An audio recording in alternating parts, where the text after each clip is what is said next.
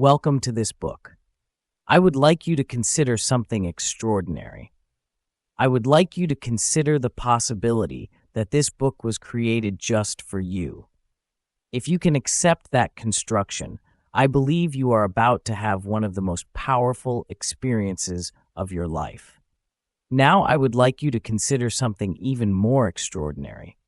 I would like you to consider the possibility that this book was created for you, by you.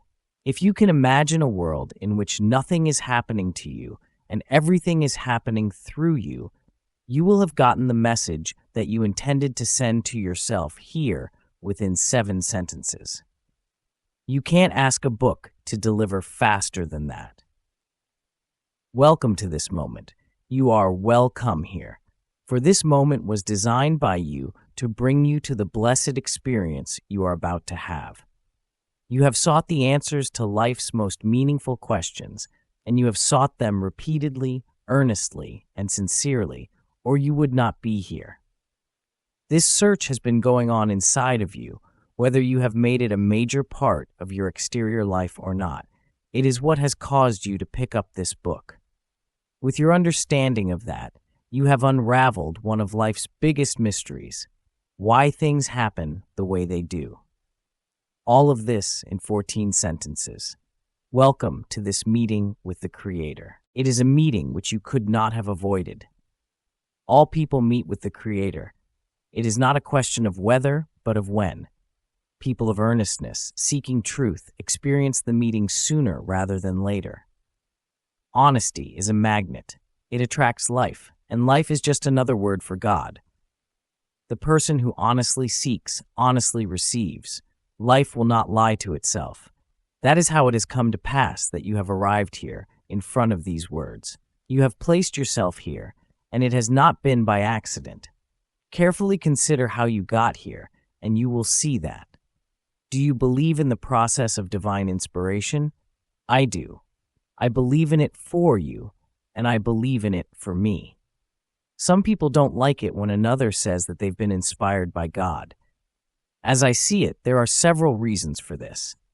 First, most people don't think they have ever been inspired by God, at least not in the most immediate way.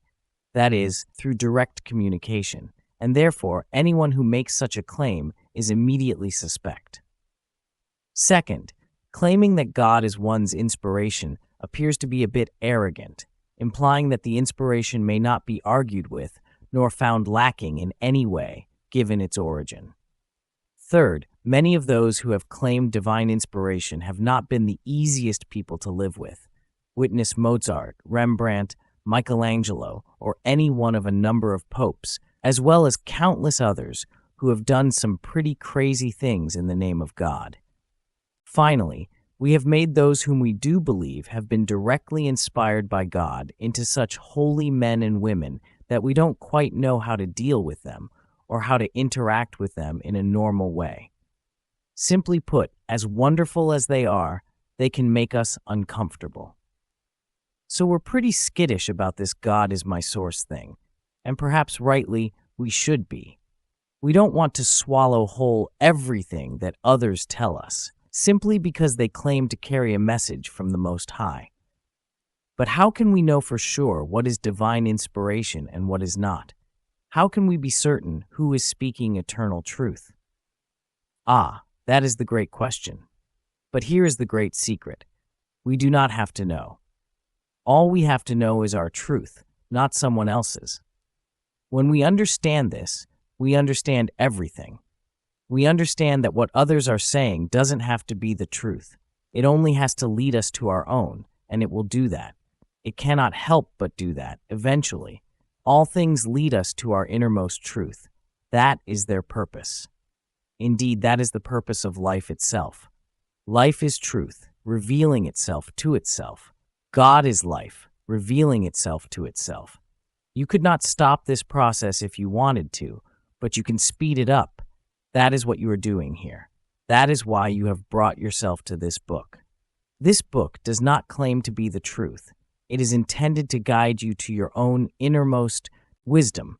It is not necessary for you to agree with its contents for it to do that. In fact, Agreeing or not agreeing will be irrelevant. If you agree, it will be because you see in this book your own wisdom. If you disagree, it will be because you do not see your own wisdom.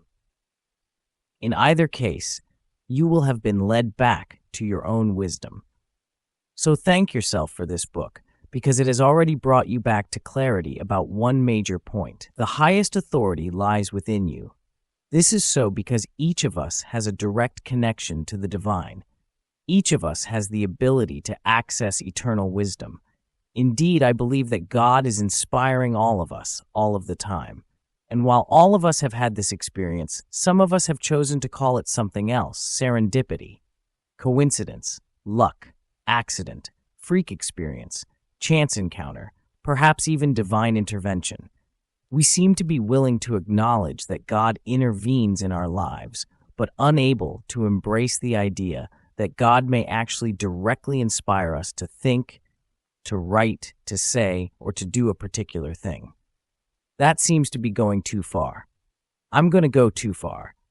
I'm going to say that I believe God has inspired me to write this book, and you to pick it up.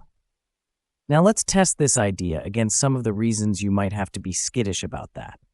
First, I am clear, as I have just said above, that all of us are being inspired by God all of the time.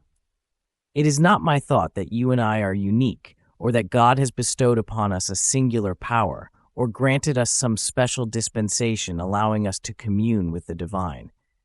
I believe that everyone is in a state of such continual communion, and that we may consciously experience this whenever we choose. Indeed, as I understand it, this is the promise of many of the world's religions. Second, I do not believe that because one is experiencing a moment of open contact with the divine, that one's utterances, actions, or writings are rendered infallible.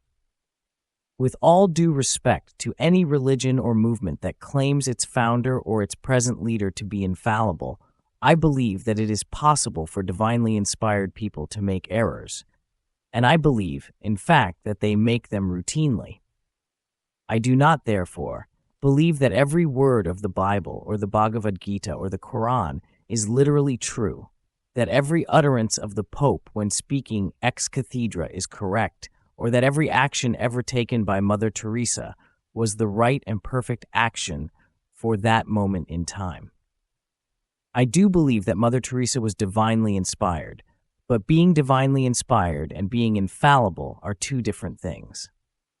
Third, I can be very difficult to live with. Nobody knows this more than those who have lived with me. And while I do not claim imperfections for you, I do not think that my own imperfections disqualify me from receiving God's help and direct guidance. In fact, I believe the opposite is true. Finally, I don't believe that I am in any danger of becoming holy to the point of making anyone uncomfortable. Actually, again, the opposite may be true. If people are uncomfortable with me at all, it is probably because I'm not holy enough. It is a challenge to walk my talk.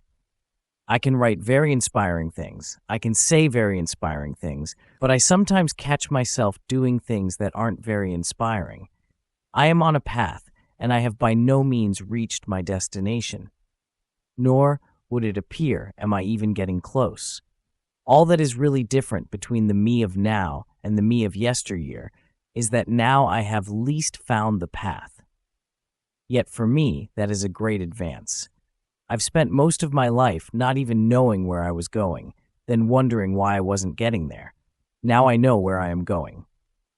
I am going home, back to the full awareness and experience of my communion with God, and nothing can stop me from getting there. God has promised, and I believe this promise at last. God has also shown me the way. Actually, not the way, but a way. For God's greatest truth is that there is not one way only but many ways home. There are 1,000 paths to God, and every one will get you there. Indeed, all paths lead to God. This is because there is no other place to go. This book talks about that. It talks about how to go home. It discusses the experience of oneness with the divine, or what I call communion with God. It describes a path to that experience, a pathway through our illusions to the ultimate reality. This book speaks with one voice. I believe it to be the voice of God, the inspiration of God, the presence of God, moving through me and through you. If I did not believe that God's voice, God's inspiration, and God's presence could move through all of us, I would have to give up my faith that God could inspire all of the world's religions. I am not willing to do that. I believe that on this score, religions have it right. God does come into our lives in real and present ways, and we don't have to be saints or sages for it to happen. I do not need you to join me in this belief, nor to believe any of the words on these pages. Indeed, I would be happiest if you did not. Do not believe anything you find here. No. Simply no. No if any of this is your truth. If it is, it will ring true, for you will have been reunited with your innermost wisdom. If it is not, you will know that too, once again from having been reunited with your innermost wisdom. In either event, you will have benefited enormously, for you will have experienced, in that moment of reunification, your own communion with God. And that was what you intended when you came here, to these pages and to this planet. Blessed be. Neale Donald Walsch, July 2000.